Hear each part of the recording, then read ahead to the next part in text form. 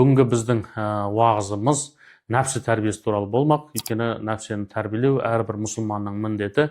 Нәпсіні тәрбиелеу өзінің белгілі бір жолдары бар.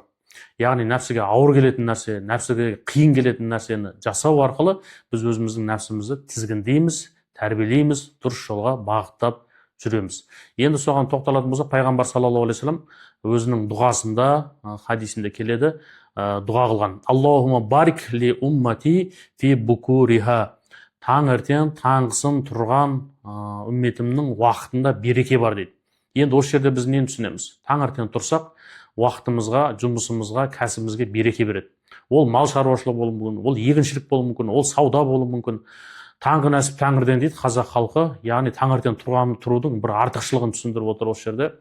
Таңертең тұрып, сол шаруаны ерте бітіруге, және де қарбалас басталмай тұрып, сол шаруамен айналысуға бізге үлкен бір мүмкіндік таңертең тұру.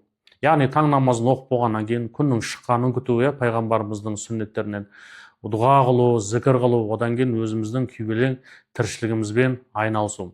Сол үшін қазақ халқында айтып, таңертең тұрған еркектің ырысы артық, таңертең тұрған әйелдің бірісі артық дейді. Яғни ер азамат сыртта шапқылап жұмыс істейтін, напақа табатын, түзде жүретін бұл ер азамат, оның ырысы, оның жұмысына рызық нәсібесі молаяды. Әйел таңертең тұратын болса, ол әйелдің басқа елден бір ерекшелігі, қасиеттілігі артады. Енді сол үшін қазақ халқында осыған көптеген сөздер қосылады. Ерте тұрған елден озат дейді. Яғни сіз басқа адамдар ұйықтап жатқан кезде, әлі ояна алмай жатқан кезде сіз тіршілік бастап кетуіңіз, еңбек етуіңіз, біліммен шұғылдануыңыз, өзіңізге пайдалы нәрселермен айналысуыңыз басқа елден қарағанда әлдеқайда не істейсіз, озасыз.